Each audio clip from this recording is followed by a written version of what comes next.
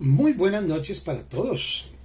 De nuevo hoy jueves, como todas las noches, los jueves nos reunimos para compartir un capítulo de la Biblia, lógicamente de un libro, y lo llamamos así, un libro, un capítulo, verso a verso. Toda la Biblia la estamos estudiando y hoy nos corresponde segunda de Timoteo. Hoy comenzamos la segunda carta de Timoteo. Y esa segunda carta de Timoteo pues se escribió mucho después de la primera, lógicamente, y está enfocada en darle a Pablo unas instrucciones especiales debido a la situación difícil que se vivía.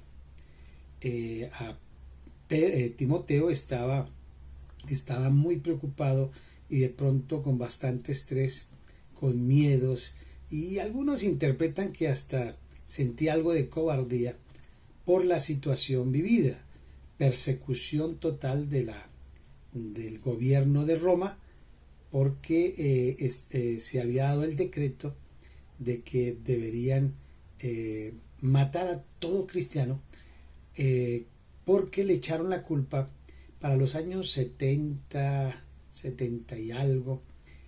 Roma se incendió. Roma se incendió.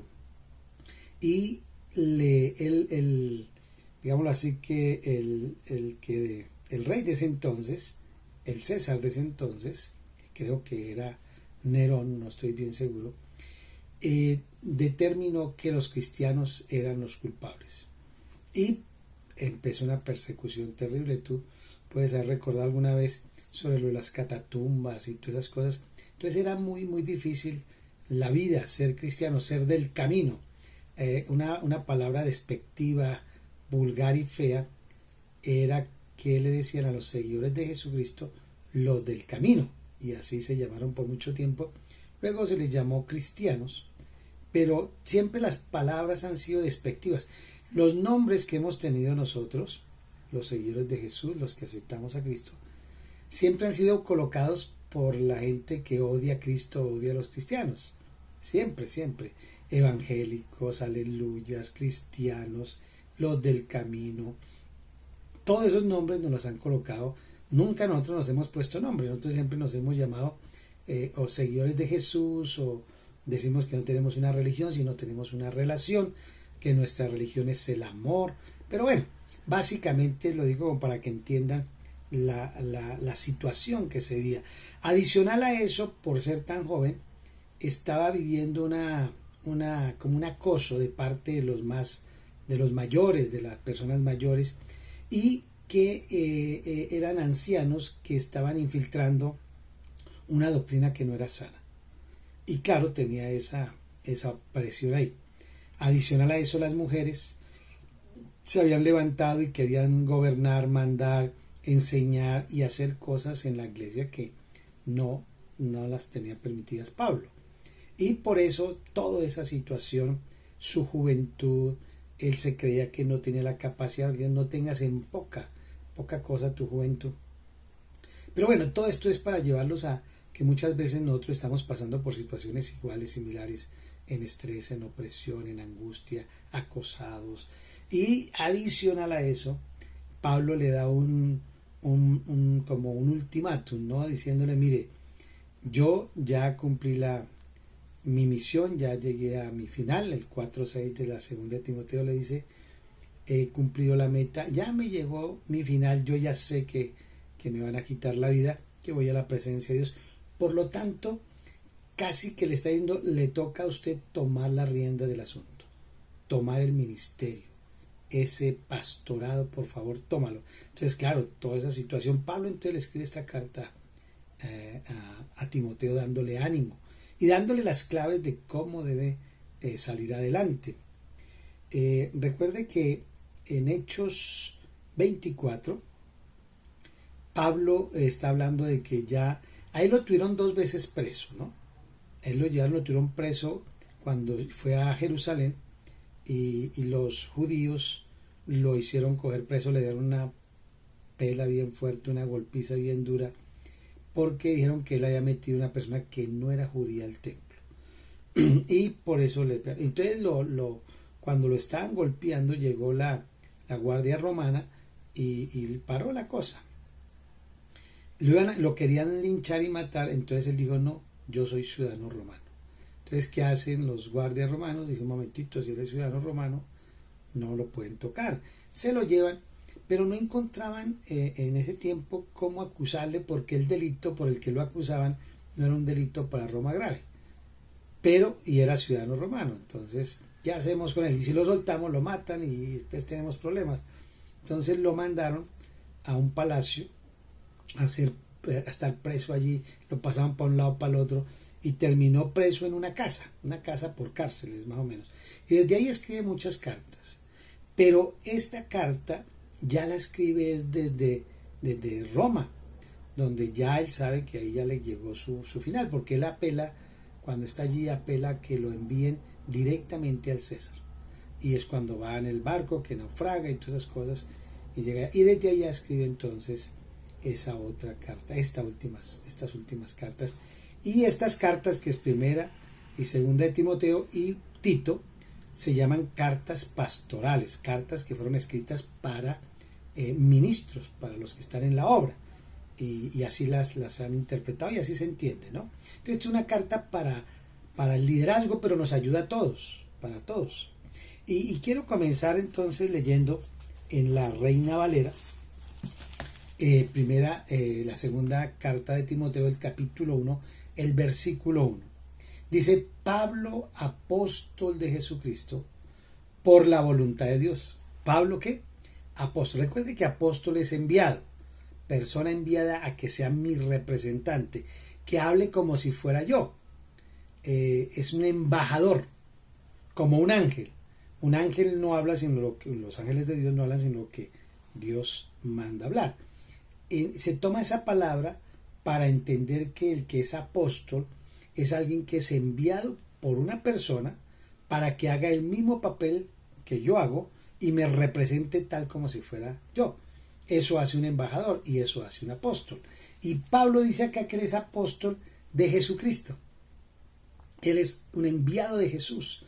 Recuerda cuando se le apareció allá en Hechos 9 y luego lo vuelve a narrar, donde él dice cómo le apareció Jesús y cómo lo llevó después de asesinar personas por ser cristianas o del camino. Ahora él es un cristiano. Antes, recuerda que llamaba Saulo. Luego de ser Saulo, él cambia el nombre, él mismo se pone el nombre y se hace llamar Pablo. Y dice, es apóstol de ¿quién? De Jesucristo. Y tú y yo debemos ser apóstoles de Jesucristo en ese sentido. El apostolado original, que eran los 12 apóstoles más Pablo, es el apostolado directo de Jesús. No pueden haber otros apóstoles diferentes directos de Jesús sino esos. Pero todos indirectamente somos enviados por Jesús. Pero por eso es que es importante tener una cobertura, tener una iglesia que a uno lo envíe. Claro, si yo no tengo, pues yo le pido al Señor y al Espíritu Santo que me envíe. Pero es bueno donde tú te formaste, donde tú hiciste tu estudio bíblico, tu seminario, o lo que te formó. Debe haber alguien que te mentoreó, alguien que te pastoreó, que te cuidó. Y Él es el que tiene que enviarte. Él es el que tiene que enviarte. A uno tiene que enviarlo siempre una persona de una organización. Por lo menos que sea alguien que tenga, porque usted va a representar, usted va a hacer esa imagen de Cristo, pero enviado por alguien. Hay gente que dice, no, a mí me envió fue el Señor, el Espíritu Santo, yo no tengo nada de cobertura, ¿no? En el fondo puede ser, yo no digo que no, pero es un poco de altivez, me parece que es un poco de orgullo, porque uno siempre tiene una persona de quien tener una imagen. Así como dijo Pablo, imítenme a mí así como yo imito a Cristo. ¿Sí? Ellos iban a evangelizar de Cristo, iban enviados para ser como Jesús y enseñar como Jesús, pero ¿quién los envió? Pablo.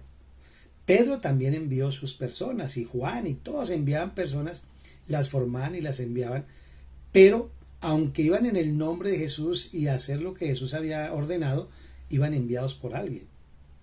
Entonces, ahora hay gente que también se aprovecha de esto. ¿no? Entonces ellos quieren ordenar pastores y apóstoles y profetas, y si no les ponen las manos, eso ya es otra cosa más humana, y depende de la organización, pues es respetable también. Pero uno sí debe tener a alguien que lo envíe. Si usted se va solito a una misión, Dios también le respalda. Pero no es lo mismo. No es lo mismo porque usted debe tener un apéndice del cuerpo de Cristo, algo que lo haga parte de ese cuerpo. Yo sé que es el Espíritu Santo, pero humanamente debemos tener un vínculo, un vínculo. Entonces, si no lo tiene porque peleó con la persona que le enseñó o le formó, o no era de pronto una persona muy santa, por decirlo así, tenía su pecado, bueno, entonces búsquese una organización, busque a una persona que le examine, que lo aprecie, hágase conocer y dígale, vea, yo quiero ser enviado, y que ellos le den esa oportunidad y esa bendición. Es la bendición, como la bendición que uno le da a un niño cuando se consagra al Señor, como la bendición que uno le da a un matrimonio, como la bendición que uno le da a un empresario para que inicie su empresa, como la bendición que uno le da a un hijo cuando se va a estudiar. Es una bendición, es esa palabra de la autoridad, porque todos estamos bajo autoridad. Todas las instituciones y todas las personas, Dios colocó esas posiciones de autoridad para que alguien las ocupe, ya sea por elección o porque simplemente alguien los puso allí. Entonces uno debe tener eso. Si usted no está de acuerdo con la doctrina que traía, o la iglesia en que estaba, o el testimonio de la persona que lo formó, bueno, entonces búsquese una iglesia de sana doctrina, unas personas que se dan ejemplo, y dígale su deseo de ir a abrir iglesia, o ir a las misiones, o ir a formar algo en la parte ministerial, pero es bueno tener esa bendición, ¿no? Por ejemplo, en el caso nuestro, nosotros, aunque pasamos por 2 iglesias, la primera, pues no tuvimos la bendición, que nos hubiera gustado tenerla, pero no se pudo por muchas razones. Pero luego, entonces, de estar con una iglesia por más de 8 años, que es la iglesia del Tabernáculo de la Fe, el pastor Héctor Pardo, que es él nos dio su bendición y nos ungió y nos envió. Entonces, uno tiene eso es. Si él no lo hubiera hecho, pues yo hubiera buscado otra congregación también que sea ejemplo, que la persona sea coherente, y pido que me den la bendición. Usted debe hacerlo. Si no lo tiene, créame que no se le van a sujetar a usted. Usted va a abrir iglesias o algo, y la gente no va. Ahora, no tiene nada de malo que usted después, si crece mucho o más que la persona, pero tenga en honra a esa persona, tenga en honra a esa persona. Alguien te llevó a Jesús, alguien te dio a conocer a Cristo, alguien te dio un cuidado, alguien oró por ti. Tiene que haber alguien, siempre tiene que haber alguien. Eso, hay algunos que se le apareció, por ejemplo, Pablo, se le apareció Jesús directamente. O sea, Pablo no fue de la iglesia ni de Juan, ni de Pedro, ni de Santiago, ¿cierto? Pero aunque se le apareció Jesús, ¿qué hizo Pablo después de unos años? Se fue a la iglesia de Jerusalén, se reunió con todos los apóstoles, les comentó, y ellos lo enviaron. Todos los apóstoles estuvieron de acuerdo en enviar a Pablo y a Bernabé a que hicieran la obra. ¿Ve?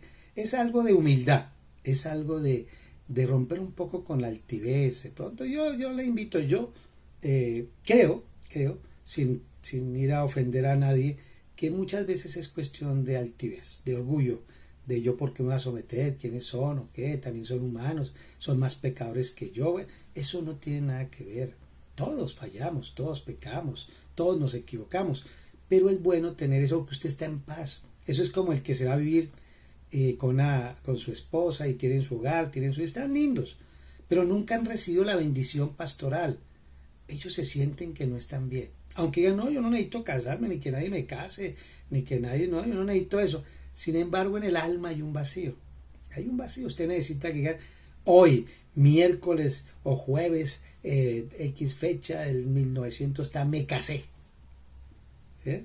Yo me fui a vivir con mi esposa, pero llegó esa necesidad, y cuando conocimos del Señor Jesús, fuimos, y el pastor impuso las manos, nos bendijo como pareja, como matrimonio, y ya uno dice, no, ya mi fecha es tal fecha, y eso para nosotros es importante. Y lo mismo es cuando tú vas a hacer la obra del Señor. ¿Ok? Bueno, ese preámbulo estuvo larguito, pero era importante. ¿Ok? Muy bien, entonces, ese es Pablo, apóstol de Jesucristo por la voluntad de Dios. ¿Según qué? La promesa de la vida que es en Cristo Jesús. La promesa que ya estaba de parte de Dios que íbamos a tener vida eterna por medio de Jesús al creer en Él. 2. Del capítulo 1 de Segunda de Timoteo. A Timoteo. ¿A quién le escribe esta carta? A Timoteo. Es personal como la primera, es muy directa, es muy íntima. Amado hijo. Aquí no le dice al pastor, al apóstol, ¿no? Es una carta que escribe con mucho amor, con mucho corazón, para su hijo. En la primera recuerda, para mi hijo amado. Y aquí dice, para mi hijo. Y luego termina dándole a ese hijo, a esta carta, pero le da unas palabras que nunca se habían nombrado en ninguna otra carta. Gracia, misericordia y paz de Dios Padre y de Jesucristo nuestro Señor. Mire, gracia y paz usted encuentra en todas las 13 o 14 cartas de Pablo, pero solamente en las pastorales usted encuentra misericordia.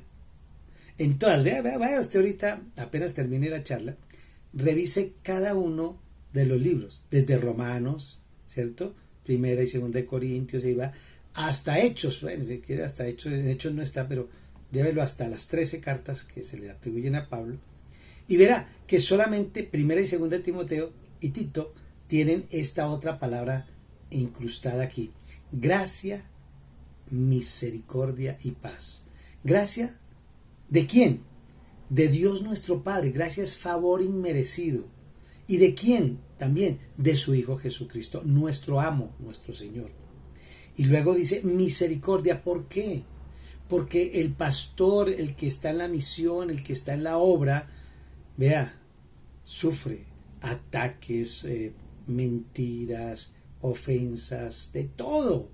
El pastor es muy atacado, el líder, el anciano de la iglesia, el misionero son atacados. Ya sí, muchas veces, pues lógicamente por los de afuera, pero increíble, por los de adentro, las misiones se atacan entre ellos mucho. Entonces, gracia y misericordia. Y Dios, Jesús dice, y tuvo misericordia. La misericordia que Jesús tuvo con el pueblo de Israel, con Jerusalén, con la gente que estaba enferma, es la misma que Pablo ahora por medio del Espíritu Santo le está diciendo a Timoteo, mucha misericordia. ¿De quién? De parte de Dios.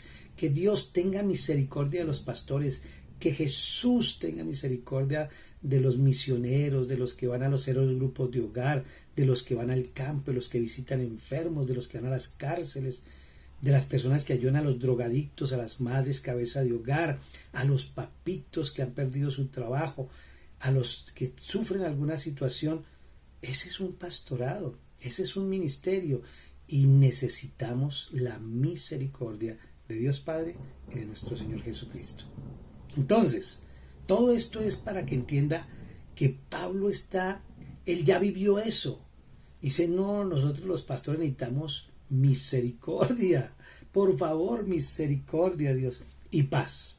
Y la paz es el shalom. La palabra shalom en hebreo es como bienestar general, como un bienestar integral, todo, en su parte espiritual, sentimental, económica, salud, familiar, o sea, en todo ministerial. Esas son las 3 cosas que necesitamos y usted debe declarárselas a sus hijos, a sus padres, a sus pastores especialmente, cuando lo abrace, cuando le dé una ofrenda personal, cuando le invite a almorzar, cuando le compre un vestido, cuando lo invite a pasear, cuando le dé para que se dé su salidita. Dígale, pastor, vea, gracia de mi Señor Jesucristo, misericordia y paz para ti. Esas palabras yo no he visto casi, ni yo las digo tampoco, pero voy a empezar a usarlas, porque uno nunca las dice el pastor, y ahí estas son para un pastor. Y mire lo que dice el versículo 3 del 2 de Timoteo, capítulo 1. Doy gracias a Dios, al cual sirvo desde mis mayores con limpia conciencia, de que sin cesar me acuerdo de ti en mis oraciones noche y día, deseando verte al acordarme de tus lágrimas para llenarme de gozo, trayendo a la memoria la fe no fingida que hay en ti, la cual habitó primeramente en tu abuela Loida y en tu madre Eunice, y estoy seguro que en ti también. Vamos hasta el 5, 3 al 5 vamos a tratar de sintetizarlo, del 3 al 5. Deseando verte, doy gracias a Dios al cual sirvo, Pablo dice, al cual sirvo, desde mis mayores con limpia conciencia. Aquí, desde mis mayores, leamos acá como dice, perdónenme que me interesa entender todo esto para estar más sintonizados. A los tesalonicenses, este es Timoteo, dice el versículo 3, doy gracias a Dios al cual sirvo desde mis mayores con limpia conciencia. Este también habla lo mismo, a mis mayores con limpia conciencia. Y esta Biblia, que es la Biblia lenguaje actual, dice, Timoteo, doy gracias a Dios por ti, al mismo Dios que sirvo con la conciencia limpia, tal como lo hicieron mis antepasados. Mire, lo que está diciendo Pablo acá es que él está sirviendo al mismo Dios. Y los judíos tienen el mismo Dios que nosotros los cristianos. Entonces Pablo le está diciendo, mire, yo no sirvo a dos dioses, yo sirvo a uno solo. Antes le servía y le servía bajo la ley, tanto que hasta mataba al que se equivocara en la ley. Ahora estoy diciendo sirvo a mi Señor, al mismo Dios de mis padres, de mis antepasados, de Abraham, de Isaac y de Jacob. A ese Dios es el que yo sirvo, mis antepasados. Porque está hablando de que él no ha servido a dos dioses, sino a uno. Eso es lo que está diciendo. Que él, al cual sirvo desde mis mayores, o sea, desde mis antepasados, con limpia conciencia. O sea, aunque antes mataba a los que seguían a Jesús, pensando que eran enemigos de Dios, él lo hacía con limpia conciencia. Él nunca lo hizo de mala fe. Él pensaba que era lo correcto. Y por eso hay que tener cuidado, hermanos, con las personas que están equivocadas en su fe y que nos odian o tienen rabia hacia Jesús, un ateo, tienen su dolor, lo que sea, o están en una fe que no es la correcta. Y nosotros lo que tenemos que orar es para que Dios quite toda duda y todo ese espíritu de religiones diferentes, llama espíritu de confusión, que es el de falsa doctrina. Entonces mire que esa persona que está ya con los mormones o testigos de Jehová, o es un judío mesiánico, y ellos, o es un judío, o es un hinduista, lo que sea, ellos lo hacen de limpia conciencia, ellos lo hacen de corazón. Un católico lo hace de corazón, un mormón, un testigo de Jehová lo hace de corazón, o sea, de limpia conciencia. Pero como Pablo lo está diciendo, él lo hizo para Dios de limpia conciencia, pero estaba equivocado. La conciencia, Pablo dice que se corrompe. Entonces, ¿entienden esa partecita ahora sí? Porque él sirve al mismo Dios de mis antepasados, Abraham, Isaac y Jacob y todos. Y dice esta parte para que entienda que él lo ama y que está amando al mismo Dios, y aunque él va a morir y que usted sigue ahí vivo, estamos sirviendo al mismo Señor, al mismo Dios, los dos. Y dice luego, sin cesar me acuerdo de ti en mis oraciones día y noche. Mire, cuando usted ore por las personas que llevan la palabra, los pastores, misioneros, si hay alguien que tú conoces en la obra de Dios, ora por él. Mire, las oraciones de ustedes son las que nos mantienen a nosotros los pastores, nos tienen con vigor, con fortaleza, con vida. Son sus oraciones, día y noche. Cada vez que Dios le ponga en la mente el rostro de su pastor, ora por él. El rostro de la esposa del pastor, el rostro de un líder, el rostro de un servidor, de un misionero. Usted ore por esa persona. Alguna cosa Dios te está poniendo. Deseando verte al acordarme de tus lágrimas, para llenarme de gozo. Y mire, él dice que se acuerda de lágrimas. Este Timoteo, Pablo lo vio llorar. Muy seguramente en alguna situación por allá, las que vieron ambos cuando lo azotaban a Pablo, de pronto le estaban dando rejo, palo allá, azotes, y Timoteo lo miraba ahí y lloraba porque decía, porque esto es injusto, ¿por qué le pegan? ¿Por qué lo castigan? ¿Por qué lo persiguen? si es una persona que hace el bien, pero eso va a pasar. Entonces aquí yo pienso, porque recuerde que les contaba en el templo que lo sacaron a puños, a patadas y le tiraron piedra, y Timoteo yo pienso que estaba con él y dijo, pero ¿cómo le hacen esto? ¿Cómo le hacen esto? Entonces lloraba y Pablo ahí en medio de sus golpes lo miraba llorar y decía, vea, qué lindo ese hijo espiritual. Entonces él dice, yo recuerdo tus lágrimas y me llenan de gozo, me dan esperanza. Y trayendo a la memoria la fe no fingida que hay en ti, la cual habitó primero en tu abuela Loida. Mire, la fe no fingida es esa fe que es la fe fingida, la fe hipócrita, ¿no? La fe que es pidiendo a Dios de todo, que se las dan de que son santos, santurrones, pero realmente no es una fe original, una fe sencilla y natural, la fe honesta y sincera, se conoce, porque la persona es abierta, es transparente. Eso es una fe no fingida, es aquella que no está esperando nada a cambio, sino que todo lo da, todo para la gloria de Dios, recibe su sueldo y quiere apartar para ayudar a los hermanos, para ayudar a la iglesia. Es eso, la fe no fingida es aquella que va a la iglesia con deseo de alabar, de glorificar, que va a predicar al parque, que va a predicar a los enfermos, que está predicando. Esa es una fe no fingida. La fe fingida es la que hace todo eso mismo, pero esperando que Dios le dé algo. Eso es fe fingida. Trayendo a la memoria, ¿y por qué él se acordaba? Porque la mamá de él y la abuela eran iguales. Una fe quiere decir una doctrina. Una fe quiere decir que crean en Jesucristo igual, todo. Y luego habla de la abuela, y qué rico tener herencias. No sé si usted o no la tiene, pero hay algunos que cuentan, no, mi abuela, yo me acuerdo que mi abuelita siempre que íbamos me predicaba, oraba por mí. Esa fe de los abuelos, ¿o no se acuerda? La fe de la mamá, la fe de mi papá ya orando, mi mamá orando. No sé si fue así tu vida, si no, pues qué rico tener a alguien que a uno lo inspiró en la fe, o que tú inspires a alguien en fe. Ahora dice acá, y que estoy seguro que también te impartió a ti, el verlos a ellos en esa fe, impartió en Timoteo ese deseo de creer en Jesucristo. Dice el 6, por lo cual te aconsejo que avives el fuego del don de Dios que está en ti por la imposición de mis manos.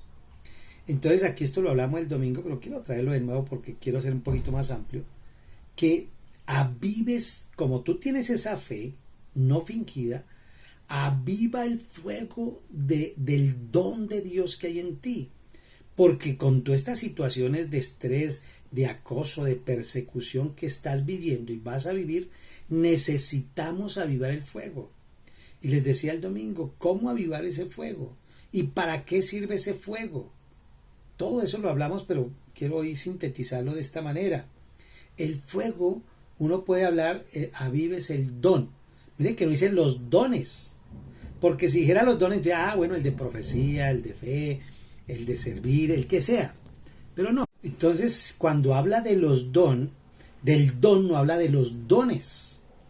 Dice, no dice el don de fe, el don de profecía, el don de servicio, no, dice el don que está en ti, aviva ese don que fue puesto a través de las manos de alguien, de Pablo en este caso.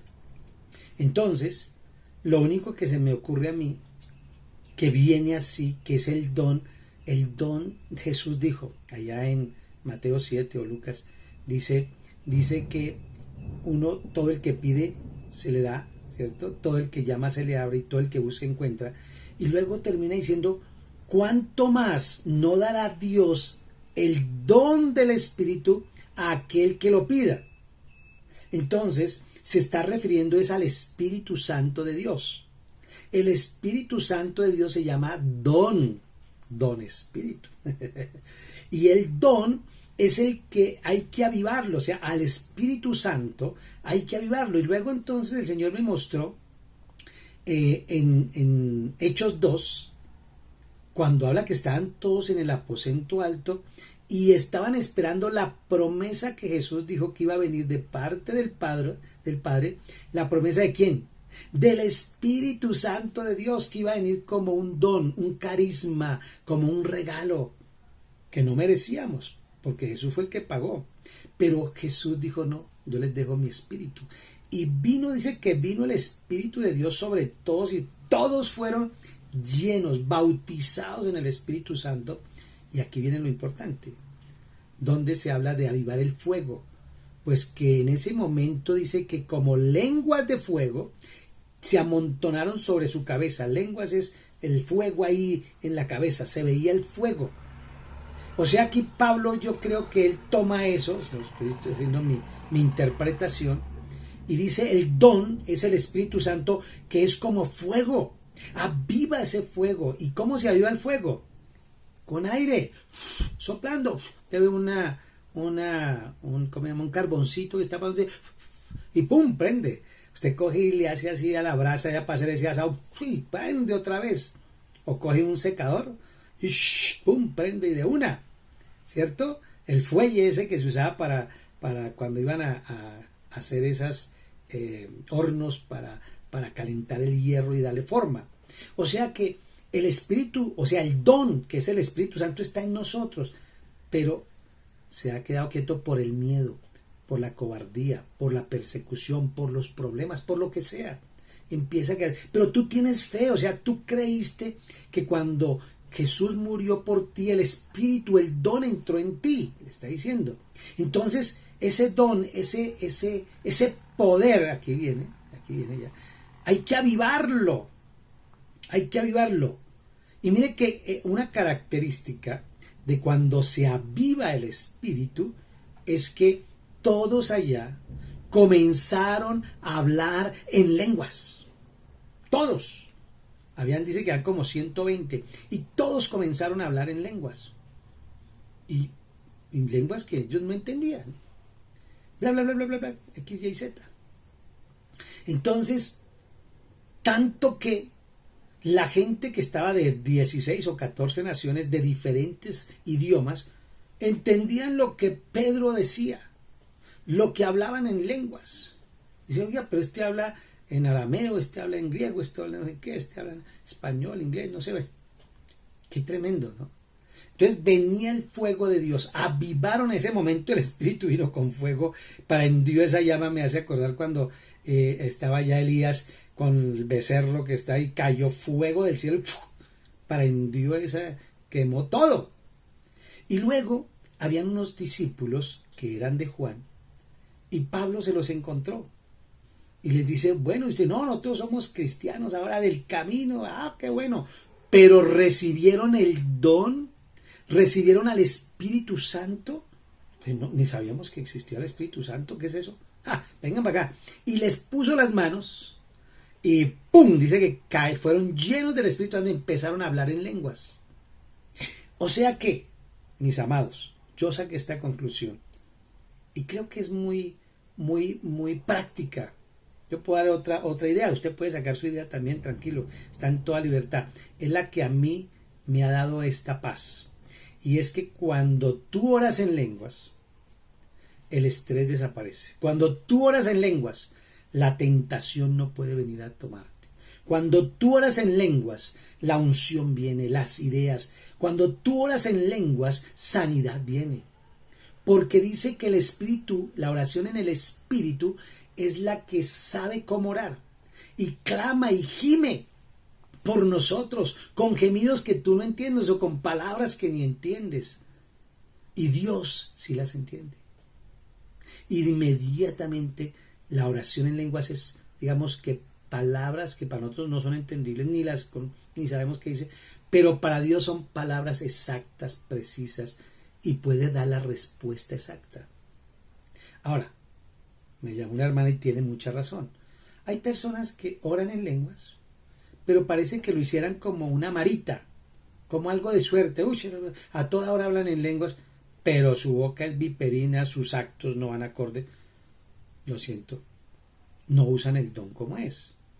Pero aquí Pablo está hablando de un momento, las lenguas no son para usarlas a cada rato, a cada momento. Las lenguas son para momentos. Pablo incluso en Corintios, a los corintios les dice, no, vea, yo hablo más lenguas que cualquiera de ustedes, pero prefiero cuando estoy con personas o hay personas por ahí, yo prefiero no hablar en lenguas, sino más bien hablarle en mi idioma para que entiendan. Porque si les hablo en lenguas no me van a entender. Pero si les hablo en idioma entendible, wow. Luego dice, adórenme en el espíritu, o sea, en lenguas, y adórenme también con el entendimiento. ¿Sí ve? Entonces mire que la lengua no es como una varita de suerte, ni para que me proteja. No, no, no, no, no. Ojo con esa parte que mucha gente lo toma mal. Eso es como el don de sanidad. Entonces a toda hora usted, sano, sano, sano, te levanto, te declaro sano. No, solamente cuando hay la necesidad. Las lenguas son para eso. Y mire que muchas veces las lenguas, cuando tú estás en un grupo, dice Pablo, ojo, cuando estás en un grupo, solamente uno habla, el resto calla. Y otro debe interpretar. No me hagan ahí escándalo, porque si llega alguien que no conoce de Cristo se va a asustar y dice, estos están locos. ¿Sí? Entonces mire lo lindo que hace el Señor esa parte. Entonces, para que avives ¿qué? El don del Espíritu, el fuego del don de Dios que está en ti, que fue puesto por la imposición de mis manos. Por eso es bueno que tu pastor ore por ti o alguien ore por ti. Muchas veces, como en el caso mío, a mí nadie me puso las manos, yo estaba orando y de pronto yo sentí ese fuego, pero estaba en un grupo de oración, estaba en un grupito de oración. Ok, y sigue aquí entonces, ¿para qué ese don? ¿Para qué ese poder? Pues porque estamos en estrés, estamos en angustia. Dice, ¿por qué? Timoteo, te digo y a ti también te digo. ¿Sabe por qué te digo esto? Que avives el fuego. Porque Dios, dice el 7, no nos ha dado espíritu de cobardes, de temerosos, de miedosos. Como dice el 7, ¿por qué? Pues porque Dios no nos ha dado espíritu de cobardes, ni de miedosos, espíritu de temerosos, no. Por eso dice que el reino de Dios lo arrebatan ¿quiénes? Los valientes.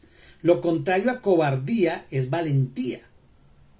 Y tú y yo somos valientes del Señor. Así es de que Dios no nos ha dado espíritu de cobardes, sino de ¿qué? De poder. Poder, dinamis. Poder es lo contrario a temor, ¿cierto? Que es valientes, atrevidos, osados. ¿Sí? Poder, atrevernos a ir a predicar, atrevernos a orar por los enfermos, atrevernos a declarar bendición sobre alguien, sobre nuestras vidas, atrevernos a creerle al Señor y declararlo. Eso es. Entonces, no es espíritu de cobardía, sino de poder. Y también nos ha dado espíritu de amor. ¿Para qué? Para poder tener compasión por las personas, orar, perdonar, incluso a nuestros enemigos. El amor, nosotros le llamamos, en la iglesia nosotros somos de la religión del amor, pero el amor de Cristo. Esa es nuestra religión.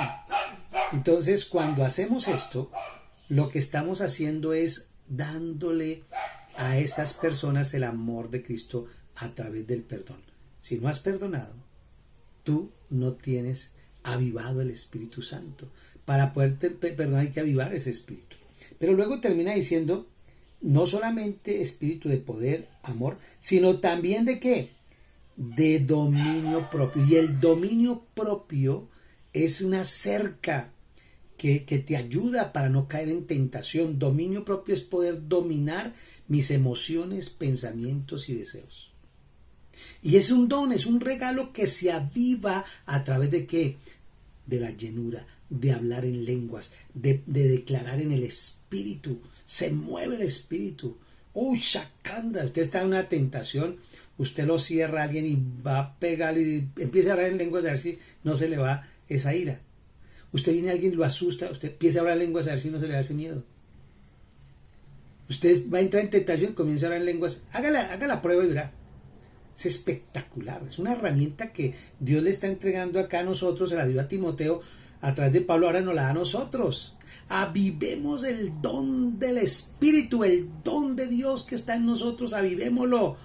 ¿Cómo? Pues podemos avivarlo a través de ¿qué? De las lenguas, ¿cierto? Pero para que vengan esas lenguas usted tiene que tener intimidad con Dios, meditar en la palabra, conocer la palabra, hablar con el Señor. Es más fácil. Y yo terminé diciendo esto, 3 palabras importantes: intimidad con Dios, meditar en la palabra, no dejar de congregarme y hablar en lenguas. ¡Wow! Ahí está.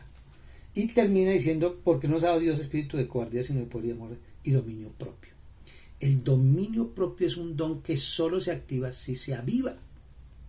El dominio propio ha terminado sin dominio propio, terminó sin hogares, porque empieza a decir groserías o grita o llega grosero o atraviesa a alguien, lo cierra y se pelean, le dan un tiro. El dominio propio es muy importante para todo, incluso para la parte familiar, para la parte de matrimonio, para con los hijos. Imagínese un jefe de una empresa que no tenga dominio propio, empieza a madrear a todo el mundo, a echarlo, no. O un empleado, un vendedor, que llega ahí la persona, hola señor, que no me gustó ese producto, pues entonces váyase para donde quiera. Dominio propio. Y el dominio, pero el que no tiene dominio propio normalmente es airado, deprimido, triste, se siente con temor y terror y tristeza.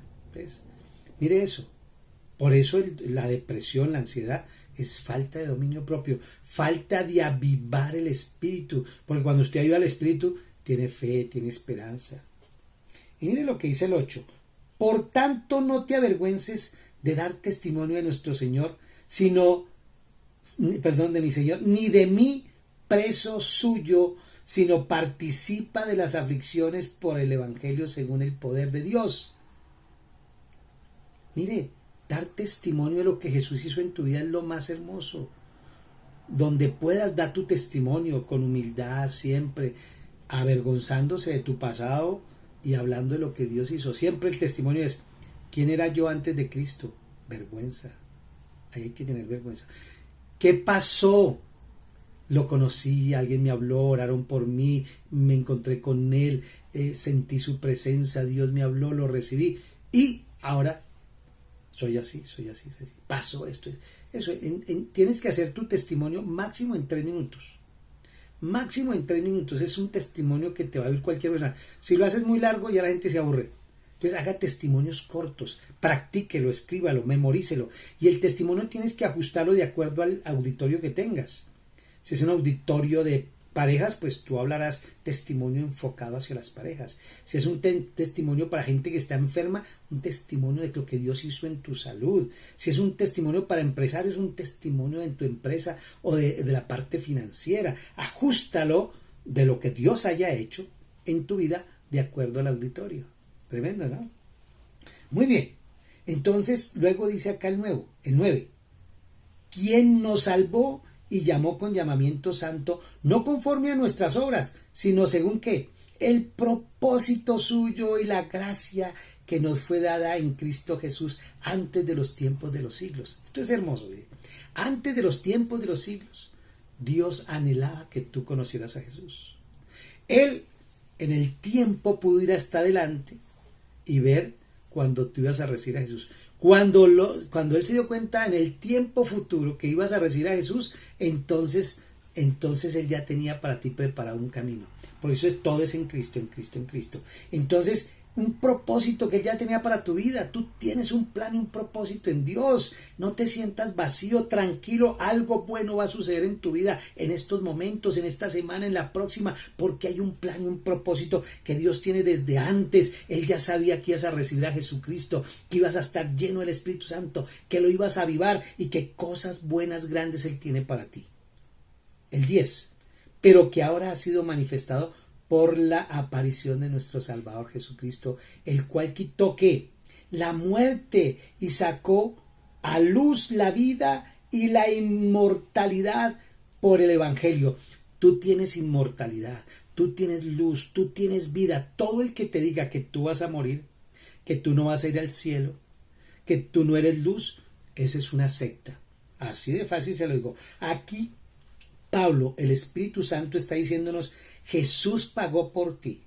En Él llevó todos tus pecados. Él quitó la muerte. Ya la muerte no tiene poder sobre nosotros. Y sacó a luz la vida, la que estaba escondida en las tinieblas. ¿Y qué más nos dio? Inmortalidad por el Evangelio. Todo el que ha creído el Evangelio tiene inmortalidad. Así es de que toda interpretación de la Biblia que se haga creyendo que se pierde la salvación, estás hablando o estás interpretando mal, porque Dios no puede ser dual, Dios no puede mentir, Dios no puede echarse para atrás. Cuando Él dice algo lo cumple. Entonces tienes que interpretar desde las palabras de Jesús. Es decir, tienes que interpretar desde el deseo de Jesús. Tienes que interpretar desde la gracia de Jesús. No puedes por 2 versículos que no entiendes bien interpretar 40 que hablan que no se pierde la salvación. Y hay 2 que hay dudas, pero usted dice, no, pero es que ahí dice, pues claro que ahí dice, pero cuando tú lees texto a texto, capítulo a capítulo y libro a libro, entiendes claramente. Muy bien. El 11, del cual yo fui constituido predicador. Miren lo que dice Pablo. Pablo fue predicador, apóstol y maestro. ¿De quién? De los que no eran judíos, de los gentiles. Y tú y yo igual. 12, siéntase orgulloso de ser un gentil cristiano, un gentil hijo de Dios. Allá están los judíos, que son los que están allá, los judíos que tienen que nacer de madre judía. No es judío si no ha nacido de una mamá judía. Eso es para cualquier rabino. Para poderte dar la ciudadanía judía, tienes que haber nacido de una mujer judía. O hacerse judío. Y para hacerse judío tiene que entender toda la Torá, hacer toda esa vaina. De resto no te puede. Y tiene que homologarte otro rabino. No hay más, no hay formas. ¿Se me entiende? No hay mujeres, yo me hago judía. No, la mujer para ser judía tiene que casarse con un judío. Para hacerse judía. Esos judíos, cuando se convierten a Cristo, dejan de ser, ya no hay judío ni hay gentil, sino ahora somos uno solo en Cristo. O sea, se convierte en iglesia. Tanto el judío como el gentil, el colombiano, el alemán, dejan de ser para convertirse ahora en iglesia. Si no es así, es una secta.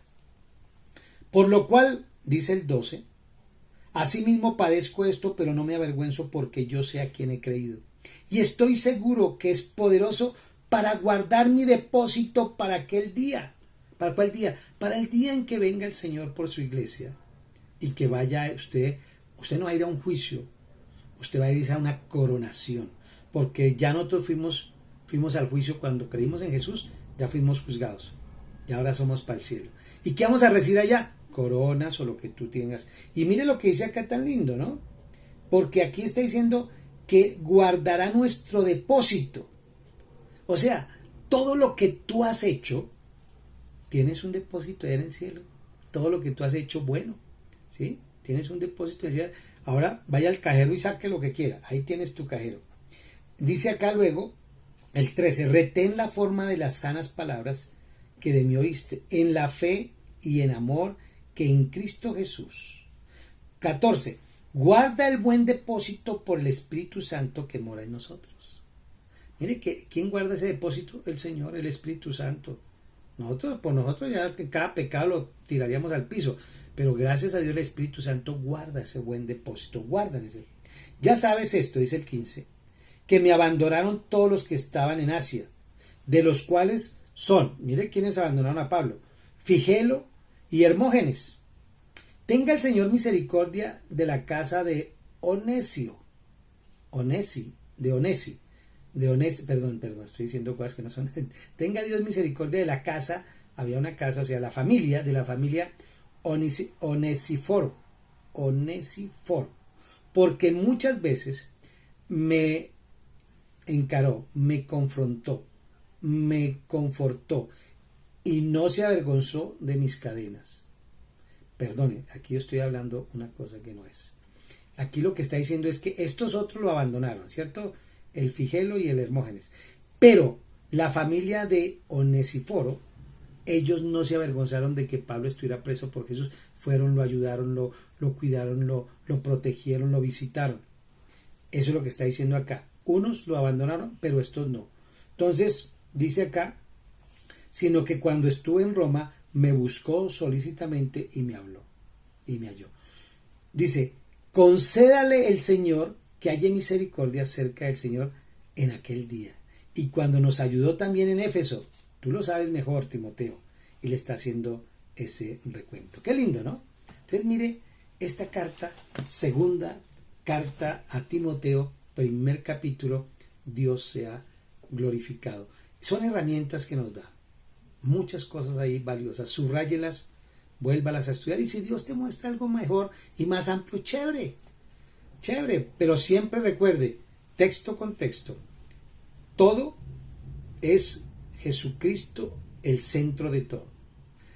Interpretado desde la gracia. O sea que todo nos lo ganamos por haber creído en Jesús. Regalo inmerecido. Y lo otro es ley. Ese es por obras. Aquí es por no hacer nada, solo por creer, yo obtengo. Aquí es por hacer muchas cosas, yo obtengo.